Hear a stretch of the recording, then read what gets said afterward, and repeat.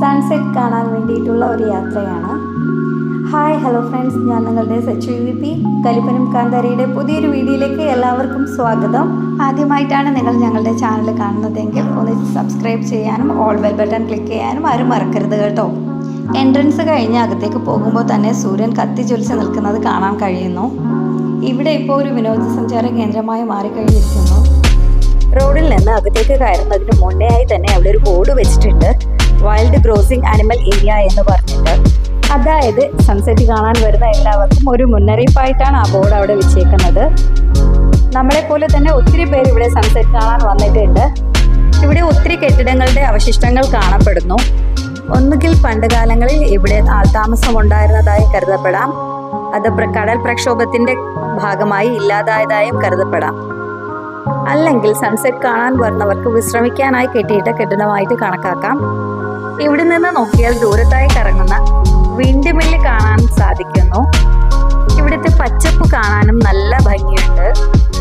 ഇത് വീടായിരിക്കുമോ വിശ്രമ കേന്ദ്രമായിരിക്കുമോ? നിങ്ങൾക്ക് എന്ത് തോന്നുന്നു? അത് കമന്റിൽ അറിയിക്കണേ. ഇവിടെ വന്നത് സൺസെറ്റ് കാണാനാണെങ്കിലും എന്നെ ആകർഷിച്ചത് ഇവിടെ ഇടിഞ്ഞു പൊളിഞ്ഞു കിടക്കുന്ന വീടുകളും ഈ വിൻഡ് മില്ലും ഒക്കെയാണ്.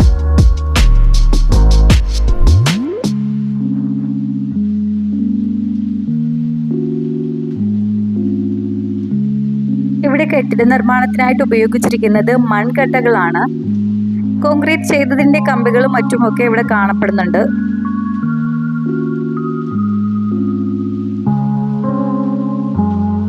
ഇപ്പോൾ ഏകദേശം 7 മണിയോടടുത്തായി. എല്ലാവരും കടൽ തീരത്തേക്ക് എത്തിക്കഴിഞ്ഞിരുന്നു. ഇപ്പോ കത്തിജ്വലിച്ച് നിന്നിരുന്ന സൂര്യനെ പൂർണ്ണമായും കടൽ വിഴുങ്ങിക്കഴിഞ്ഞിരുന്നു. ഇന്ന് ഇവിടെ വന്നിട്ട് എനിക്ക് സമയം പോയതേ അറിഞ്ഞില്ല.